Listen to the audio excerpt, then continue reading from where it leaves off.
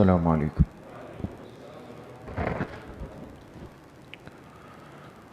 ساتھی قرآن کریم کھول لیں. انشاءاللہ آج پہلا سبق تفسیر قرآن کریم کا ہوگا.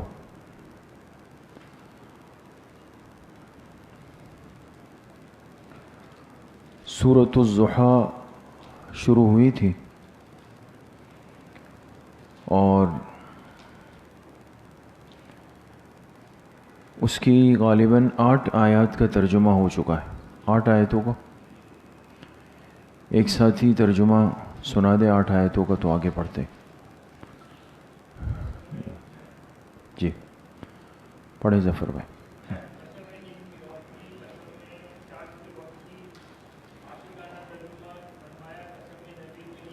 صلی اللہ علیہ وسلم. چہرہ مبارک کی. تو الضحیٰ کے کتنے ترجمے ہو گئے؟ 3 ترجمے. قسم ہے چاشت کے وقت کی، قسم ہے دن کے وقت کی، اور ایک ترجمہ عاشقانہ ہے کہ قسم ہے جناب نبی کریم صلی اللہ علیہ وسلم کے چہرہ مبارک کی. جی جی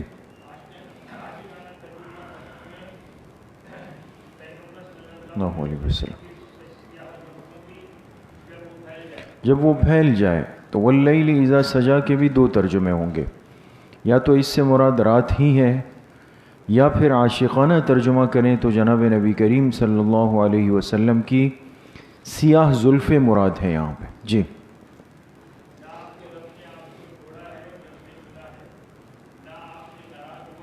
جی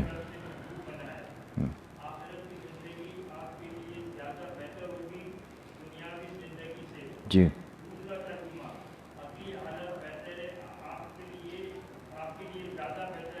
پچھلی حالت سے. جی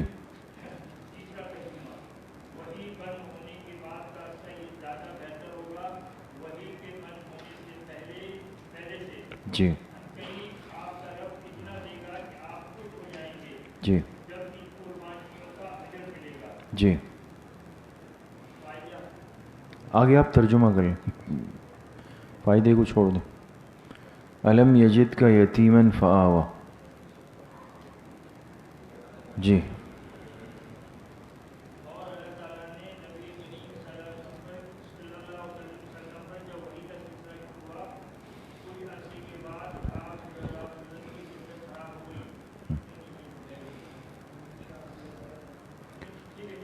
جی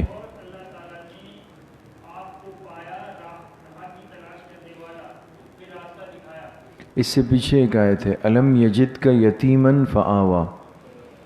کیا آپ کے رب نے آپ کو یتیم نہیں پایا کہ پھر ٹھکانہ دیا؟ یہی ہے نا. اور آپ کو راہ کا متلاشی پایا یا حق کا طلبگار پایا یا اپنی محبت میں ڈوبا ہوا پایا. فہدا پھر آپ کو راستہ دکھایا شریعت کا. ووجدک عائلا فاغنا اور آپ کے رب نے آپ کو تنگ دست پایا. فاغنا پھر آپ کو غنی کر دیا. یہی ترجمہ ہوا ہے. اچھا دوسری بات یہ کہ اس صورت کا ایک شان نزول عرض کیا تھا، وہ ایک ساتھی سنا دے. جی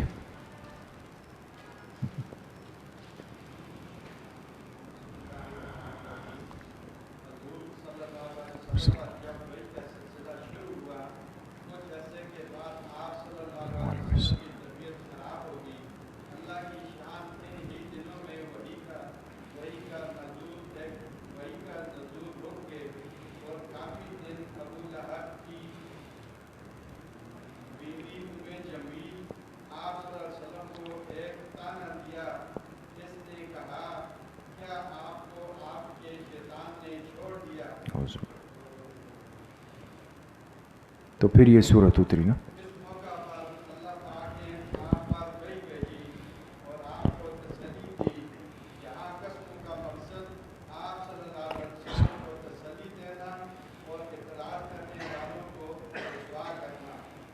شاباش.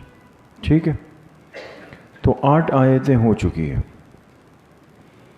اب آیت نمبر 9 10 11 کا ترجمہ دیکھیں بہت غور سے. اچھا یہ جو ہم نے پیچھے آیت نمبر 6، 7 اور 8 پڑھی تھی، آپ کو ایک فائدہ لکھوایا تھا کہ یہ 3 آیتیں اصل میں 3 انعامات ہیں نا، انعامات ثلاثہ ہے۔ 3 انعامات اللہ پاک نے آپ کو اپنے ذکر فرمائے تاکہ آپ کو تسلی ہو جائے۔ آگے فَأَمَّا الْيَتِيمَ فَلَا تَقْهَرْ، ترجمے سے پہلے ایک بات لکھ لیں فائدے کے عنوان سے۔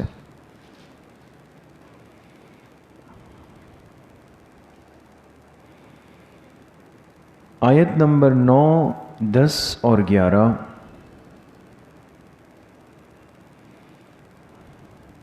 آیت نمبر 9، 10 اور 11 یہ انعامات ثلاثہ کے عوض، انعامات ثلاثہ یعنی ان 3 انعامات کے عوض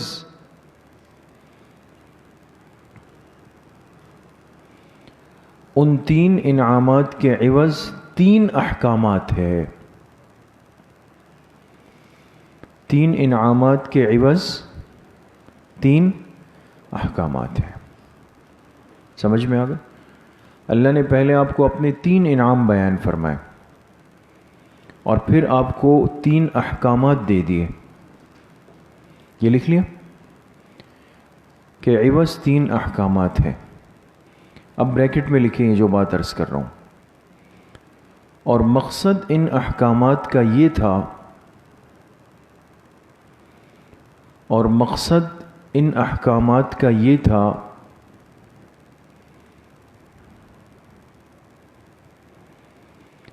کہ وحی کے رکنے کے عرصے میں، وحی کے رکنے کے عرصے میں آپ ان 3 امور کو انجام دیں۔ وحی کے رکنے کے عرصے میں آپ ان 3 امور کو یعنی ان 3 کاموں کو انجام دیں۔ لکھ لیا دوستو؟ یہ بڑی اہم بات ہے۔ بعض دفعہ انسان پر اس دنیا میں ایسے حالات آتے ہیں کہ ایسی ایک مصروفیت یا جس کو ہم روٹین کہتے ہیں نا، ایک پابندی، وہ کسی بھی وجہ سے رک جاتی ہے، اور یہ چیز انسان پر بڑی بوجھ ہوتی ہے۔ جو چیز عادت نہیں ہو اور چھوٹ جائے تو اس کا اتنا بوجھ نہیں ہوتا، عادت والی چیز جب چھوٹ جائے تو بہت زیادہ بوجھ ہوتا ہے۔ ہر وقت انسان یہ سوچتا ہے کہ کیا کروں اور اب کیا ہوگا، کیسے یہ وقت گزرے گا، ہے نا؟ اب حضور علیہ السلام پر وحی کا سلسلہ شروع ہوا تھا، اور وہ اللہ کی طرف سے ایک بہت بابرکت انعام تھا جس سے آپ کو بڑا اطمینان تھا، اور وہ رک گیا۔ یہ بات آپ پر بہت بڑا بوجھ بن گئی کہ اب کیا ہوگا، سمجھ گئے؟ اس لیے اللہ پاک نے میں نے عرض کیا تھا، وحی کے رکنے کے عرصے میں آپ کو یہ کام بتا دیے کہ بھئی آپ نے یہ کرنا ہے۔ تو اب ہمیں بھی ان 3 باتوں پہ بہت غور کرنا ہے، اس لیے کہ ہماری زندگی میں بھی یہ اونچ نیچ بالکل شامل ہے، ہو جاتا ہے۔ تو بعض دفعہ انسان بیٹھ بیٹھ کے اپنے دماغ پہ زور ڈال ڈال کے اپنے آپ کو پریشان، ذہنی مریض بنا دیتا ہے۔ ایسے موقع پر ہی انسان کو بڑوں سے، علماء سے، بزرگوں سے جوڑ کر ان سے پوچھ لینا چاہیے کہ آج کل یہ کیفیت ہے، یہ صورتحال ہے، مجھ پر ایک بے چینی ہے، بوجھ ہے، میں کیا کروں اس موقع پر، سمجھ گئے؟ وہ دیکھیں آپ علیہ الصلاۃ والسلام پر جب یہ بوجھ آیا تو اللہ پاک نے آپ کو 3 احکامات دیے کہ آپ کے دل مطمئن ہو جائے گا۔ اب دیکھیں، فَأَمَّا الْيَتِيمَ فَلَا تَقْهَرْ، بس آپ یتیم پر سختی نہ کریں۔ جی ترجمہ ہے، اب ترجمہ عرض کر رہا ہوں آیت نمبر 9 سے، بس آپ یتیم پر سختی نہ کریں۔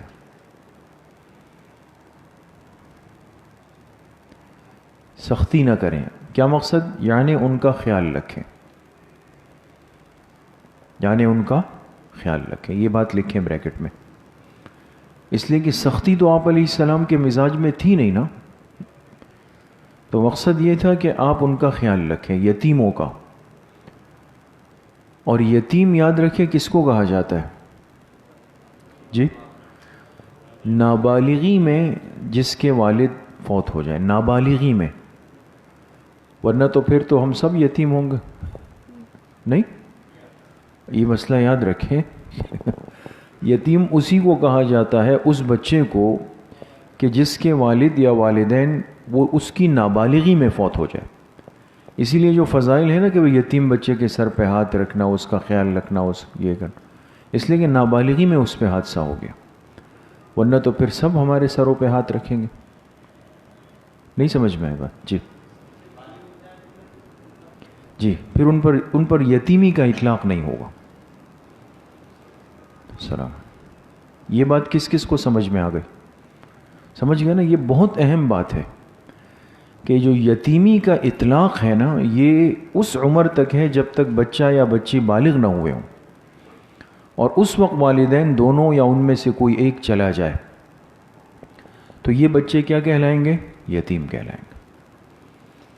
تو ایک حکم یہ دیا گیا کہ آپ یتیموں پر سختی نہ کریں، یعنی ان کا خیال رکھیں.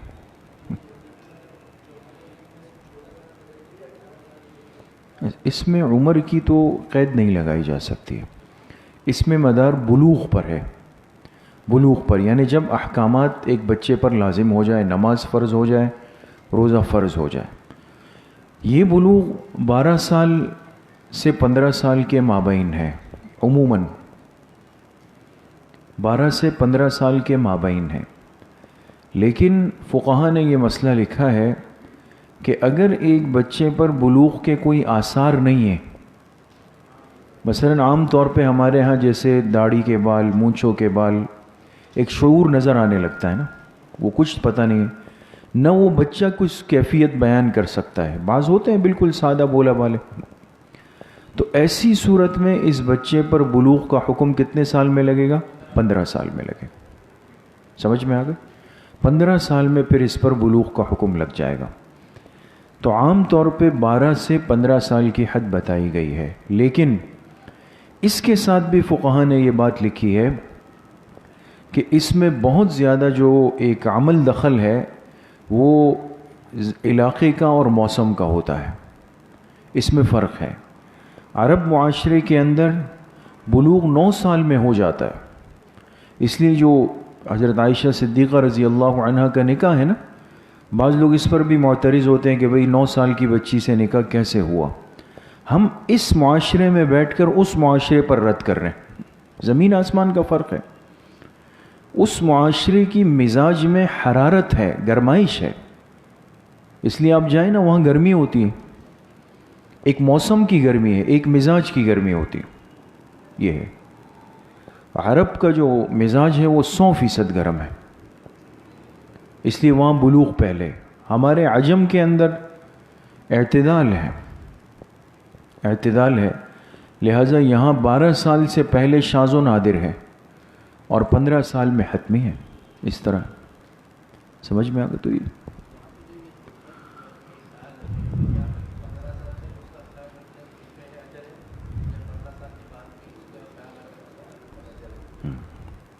اہم بات ہے کہ یتیم بچے کے خیال رکھنے کا حکم پھر آیا 15 سال تک ہے، اور اس کے بعد پھر اس پر وہ اجر ہے یا نہیں.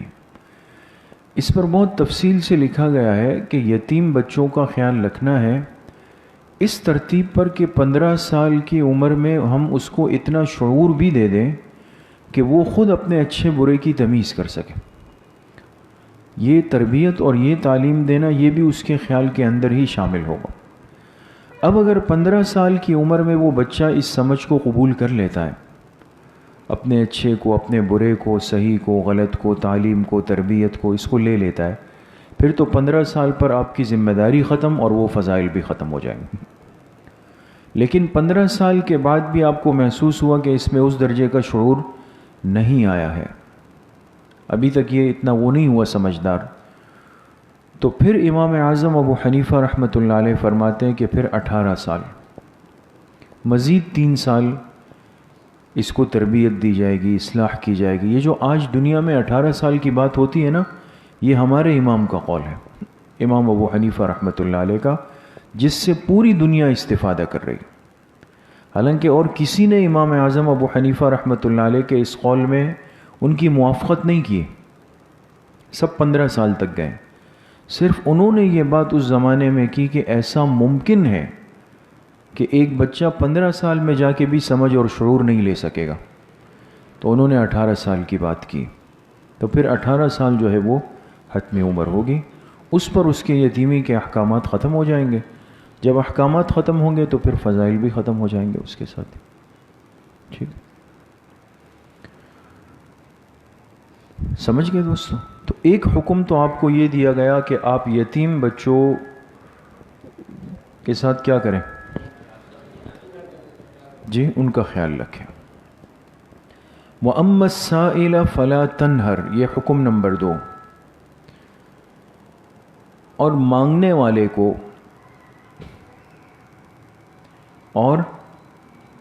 والے کو بریکٹ میں لکھیں ضرورت مند حقدار. ضرورت مند حقدار یہ ضروری ہے دوستو. اور مانگنے والے کو مت جھڑکیے. مانگنے والے کو مت جھڑکیے. جھڑکنا جانتے ہیں نا، سخت انداز میں اس کو دور کرنا کہ بھائی جاؤ. تو سائل کو، مانگنے والے کو بریکٹ میں کیا لکھا؟ ضرورت مند حقدار. یہ الفاظ ذہن میں رکھیں گے تو کبھی بھی پریشانی نہیں ہوگی دوستو. اب مسئلہ آج کل یہ ہوتا ہے کہ ہٹے کٹے آپ سے بھی صحت اور اس میں اچھے ہوں گے، وہ کھڑے ہو کر کے اعلان کر دیں گے، ہے نا؟ آپ دیکھتے ہیں نا مسجدوں میں ہوتا ہے، یا مسجد میں نہیں، آپ کہیں خریداری کے لیے گئے، دکان گئے، آ کے بار بار آپ کو ہاتھ لگا رہے ہیں، بار بار ہاتھ لگا رہے ہیں. آپ نے دیکھا اس کی صحت آپ سے اچھی ہے، وہ کہہ رہے ہیں بھائی میرے ساتھ کچھ تعاون کر دے، یہ کر دیں، وہ کر دیں.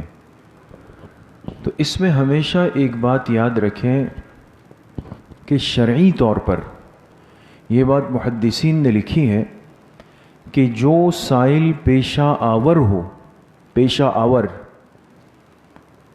آور سائل کے سلام کا جواب دینا بھی واجب نہیں ہے. یہ اتنا اہم مسئلہ ہے. علامہ شامی رحمۃ اللہ علیہ جو اس امت کے سب سے بڑے فقیہ ہیں، انہوں نے اس مسئلے کو لکھا ہے. پیشہ آور سائل ہوتے ہیں نا، یعنی آپ کو پتہ یہ عادی ہے، یہ یہی کھڑا ہوتا ہے، اس کا کام یہ ہے کہ صبح 7 سے 10 تک کی ڈیوٹی ہے اس کی یہاں پہ. آپ اس کو کہیں آئے بھائی میں آپ کو نوکری دیتا ہوں، آپ کو کھانا وہ نہیں، اس کو اپنی ترتیب چاہیے. یہ پیشہ آور ہے، عادی ہے. تو انہوں نے یہاں تک لکھا کہ دیکھیں عام طور پہ اگر کوئی آپ کو سلام کرے تو سلام کرنا سنت ہے، اس کا جواب دینا واجب ہے. لیکن فرمایا پیشہ آور سائل کے سلام کا جواب دینا واجب نہیں ہے. تو وجہ ان سے پوچھی گئی کہ کیوں؟ تو وجہ انہوں نے کیا فرمائی؟ علامہ شامی رحمۃ اللہ علیہ فرماتے ہیں وجہ یہ ہے کہ سلام ایک عمل ہے جس کا مقصد ہے دعا دینا. جس کا مقصد کیا ہے؟ اور یہ سائل سلام کرنے کے پیچھے اس کی دعا مقصود نہیں ہے، اپنی ضرورت پوری کرنا مقصود ہے. مقصد یہاں پر فوت ہے. بات سمجھ گئے؟ یہ بات اہم ہے دوستو جو میں عرض کر رہا ہوں. آج کی یہ باتیں بڑی اہم ہیں. اس میں بہت دفعہ ہوتا ہے لوگ عام طور پہ ہوتے ہیں وہ ناراض ہو جاتے ہیں، الجھ جاتے ہیں. جی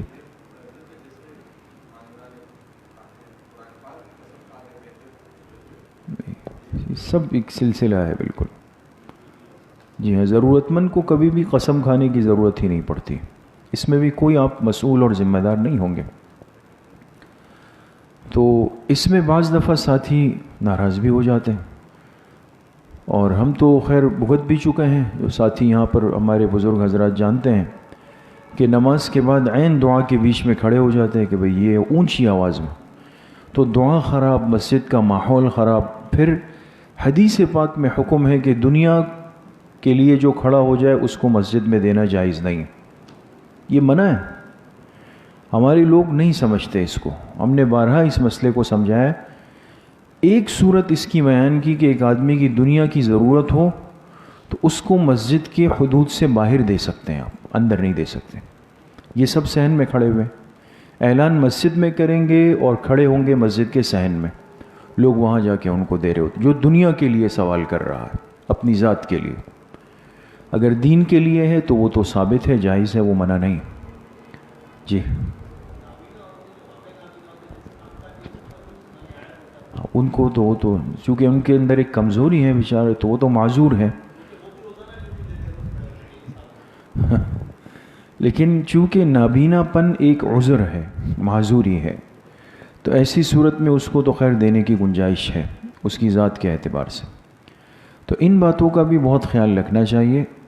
لوگ کہتے ہیں بھئی قرآن کریم میں ایک اسی طرح پہلے کئی سال پہلے کی بات ہے کہ اس طرح ایک ساتھی کھڑے ہوئے، اس وقت بہرحال ہمارا بھی جذبہ تھا، ہمت طاقت بھی تھی، تو ہم نہیں چھوڑتے تھے اس طرح، تو ہم تھوڑا ناراض ہو گئے۔ تو بعد میں آپ یعنی اس پہ غور کریں کہ ایک ساتھی باقاعدہ آئے، بعض لوگ ہوتے ہیں نا تھوڑا بہت ترجمہ پڑھ لیتے ہیں اس کام کے لیے، تو کہا کہ امام صاحب وَأَمَّا السَّائِلَ فَلَا تَنْهَرْ، مانگنے والے کو نہیں جھڑکنا چاہیے، آپ لوگ اسپیکر میں ان کو ڈانٹتے ہیں۔ اچھا اللہ کی شان یہ ہے، چل میں چیز لائیو بھی چل رہی، اس وقت کراچی میں یہ مسئلہ چل رہا تھا، کچھ سمجھ میں آیا؟ پرچیوں کا، پرچیاں سمجھ میں آئے؟ تو انہی دنوں میں یہ چیز عروج پر تھی، کسی کو ایک آ رہی، کسی کو دو آ رہی ہے کہ یہ دے دیں وہ دے دیں، تو کہا کہ وَأَمَّا السَّائِلَ فَلَا تَنْهَرْ، میں نے کہا بالکل ٹھیک ہے۔ پھر تو یہ جو آج کل جو پرچیاں ہمارے مخدوم اور مکرم بھیج رہے ہیں آپ لوگوں کو، تو وہ بھی تو سائل ہے نا، وہ کتنا عاجزانہ سوال کرتے ہیں کہ جی 5 لاکھ روپے صرف چاہیے، ضرورت پوری کرنی ہے۔ میں نے کہا کیا خیال ہے؟ وہ بھی سائل ہے، یہ بھی سائل ہے۔ دیکھیں یہ قرآن کریم کو سمجھنا پڑتا ہے۔ ہم تو چونکہ ایک نارمل ابتدا ہے نا، تو آسان انداز میں چل رہے ہیں۔ اب اگر ہم اس کو حل کریں نا، السائل، آپ دیکھیں اس پر کیا داخل ہے؟ الف لام، الف لام آیا نا۔ یہ جو الف لام ہے نا، عربی زبان میں اس الف لام کی 3 قسمیں۔ الف لام کی کتنی قسمیں؟ 3 قسمیں۔ ایک الف لام عہد ذہنی ہوتا ہے، ایک الف لام عہد خارجی ہوتا ہے، اور ایک الف لام حقیقی ہوتا ہے۔ اب خیر یہ مسئلہ تو ہم نہیں حل کریں گے یہاں پہ، وہ الگ بحث ہے۔ میں نے ان سے کہا اللہ کے بندے، وَأَمَّا السَّائِلَ فَلَا تَنْهَرْ میں السائل پر الف لام کون سا ہے آپ کو پتہ ہے؟ کہا یہ چیزیں تو ہمارے، میں نے کہا جب یہ چیزیں آپ کی نہیں ہیں تو آپ کو یہ کیسے پتا کہ سائل سے مراد وہ جو بیچ مسجد میں کھڑا ہو جائے؟ پھر تو سائل مانگنے والا یہ بھی ہے اور پرچی بھیجنے والا بھی ہے، اس کو بھی مت جھڑکیں۔ سمجھ میں آ گئے؟ اس لیے ترجمہ آپ کو ایسا عرض کیا کہ سائل سے مراد کون ہوگا؟ ضرورت مند، حقدار، جو ضرورت مند بھی ہے، جو حقدار بھی ہوگا۔ سمجھ گئے؟ اس کو نہیں جھڑکنا ہے۔ باقی اگر آپ دیتے رہیں گے تو اس کو تو آپ عادی مجرم بنا رہے ہیں، اور بڑا کر رہے ہیں آپ اس کو۔ وَأَمَّا بِنِعْمَةِ رَبِّكَ فَحَدِّثْ، یہ ہے حکم نمبر 3۔ اور آپ اپنے رب کی نعمت کو، آپ اپنے رب کی نعمت کو، بریکٹ میں لکھے قرآن کریم احکامات شرعیہ اور عمومی نعمتیں، 3 چیزیں میں نے عرض کی، قرآن کریم، احکامات شرعیہ اور عمومی نعمتیں، بریکٹ بند کر دیں۔ آپ اپنے رب کی نعمت کو فحدث، خوب بیان کیجیے۔ کیا کریں؟ خوب بیان کیجیے آپ اپنے رب کی نعمت کو۔ تو نعمت سے مراد یہ کہ آپ کے پاس وحی ہے، قرآن ہے، آپ یہ امت کو سمجھائیں، ان کا علم بڑھائیں، یا یہ کہ جو احکامات آپ کو دیے گئے آپ امت کو وہ سمجھائیں، بتائیں، امت کو اس پر لائیں، یا یہ کہ جتنے انعامات اللہ نے آپ پر کیے ہیں اپنی ان نعمتوں کا تذکرہ کریں لوگوں میں۔ سمجھ گئے؟ تو کتنے احکامات آ گئے؟ 3۔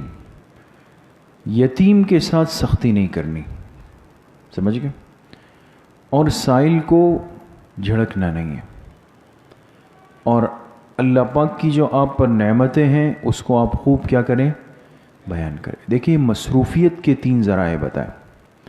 جب انسان کی میں نے شروع میں عرض کی نا روٹین ٹوٹتی ہے نا تو ذہن پہ بوجھ آتا ہے، تو اللہ پاک نے فرمایا آپ خدمت خلق میں لگ جائیں، یتیموں کی دستگیری کریں، ان کا خیال رکھیں، ان کی ضروریات کو پورا کریں۔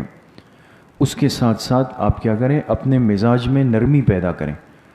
اب جہاں بھی حضور علیہ السلام کو احکامات ہوتے ہیں اس کے مخاطب امت ہوتی ہے، یاد رکھیں۔ پیغمبر پہلے سے صفات کے اعلیٰ درجے پر ہوتے ہیں، ٹھیک ہے؟ تو خدمت خلق بھی ہو، اخلاق بھی ہو، اور جو اللہ پاک کی نعمتیں ہیں ان کا بیان بھی ہو۔